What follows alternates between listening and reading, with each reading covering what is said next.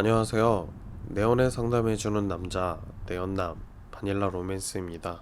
오늘은 연애 때문에 상처만 받는다는 분들을 위해서 일본의 애니메이션 암살 교실을 보고 느낀 점에 대해서 함께 이야기해볼까 해요.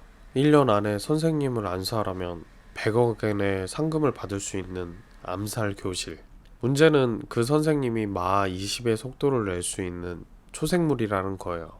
암살 교실의 학생들은 선생님을 암살하기 위해 기상천외한 방법들을 동원하지만 어째 시간이 갈수록 암살에 가까워지기는커녕 살생님의 가르침에 성장하면서 살생님을 따르게 되죠.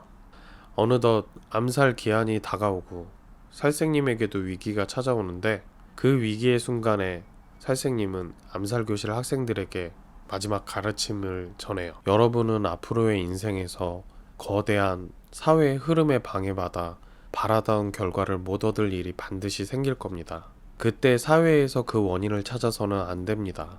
사회를 부정해서는 안 됩니다. 그건 솔직히 말해 시간 낭비입니다. 그럴 때는 세상은 그런 거라며 분한 마음을 어떻게든 넘겨버리세요. 넘겨버린 후 생각하는 겁니다. 사회의 흐름이 자신을 가지고 논다면 그 안에서 자신은 어떻게 헤엄쳐 가야 하는가? 항상 정면에서 마주하지 않아도 됩니다. 달아나거나 숨어도 됩니다. 반칙만 아니면 기습도 괜찮습니다. 상식을 벗어난 무기를 써도 되죠. 의욕을 가지고 초조해하거나 낙심하지 말고 시행착오를 반복하면 언젠가 반드시 멋진 결과가 따라올 겁니다. 지난 11년간 연애에 대해 이야기를 하고 상담을 하면서 하나 확실히 알게 된 건 이 세상의 타인을 내 마음대로 움직일 수 있는 방법은 없다는 거예요. 내가 아무리 상대를 좋아해도 상대는 내 맘 같지 않을 수 있고 심지어 나는 진심이어도 상대는 장난일 수도 있어요. 그뿐인가요? 때로는 상대가 일반 상식에서 벗어나는 행동을 하기도 하지만 그 행동을 100% 고칠 수 있는 방법도 없어요. 대개 연애를 하면서 이런 벽들에 부딪히게 되면 상대를 탓하고 비난하기 쉬워요. 그건 공정하지 않아. 그건 예의가 아니지. 날 가지고 논 거야? 이런 말들을 하면서요. 하지만 냉정하게 말하자면 그런 불만들은 시간 낭비일 뿐이에요.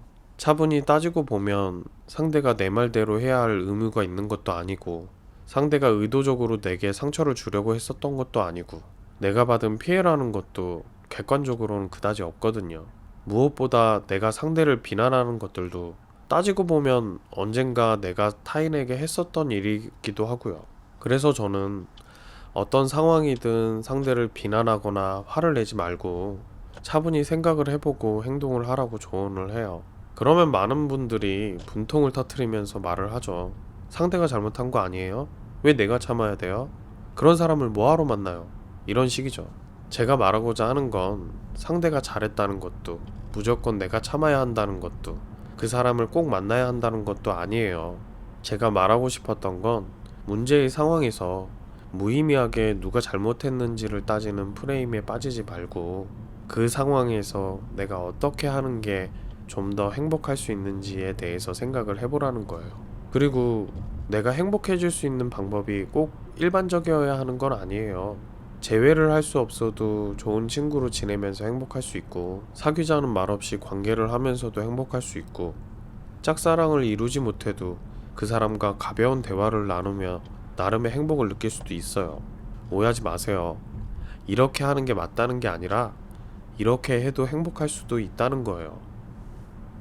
중요한 건 내가 원하는 방법으로 원하는 관계를 쟁취하느냐 못하느냐가 아니에요. 정말 중요한 건 어떠한 상황 속에서도 쓸데없는 시시비비를 가리기보다 내가 행복할 수 있는 방법에 대해 끊임없이 고민하고 선택하고 시행착오를 겪으면서 나름의 연애 행복론을 만들어가는 거예요. 부디 앞으로는 쓸데없는 시시비비를 가르는데 에너지를 쏟으면서 스트레스를 받지 말고 매 순간 이 상황에서 내가 최고로 행복할 수 있는 유연하고도 기상천외한 방법들을 시도하면서 연애라는 것들을 진심으로 즐겼으면 좋겠어요. 한번 시도해보는 건 어떨까요?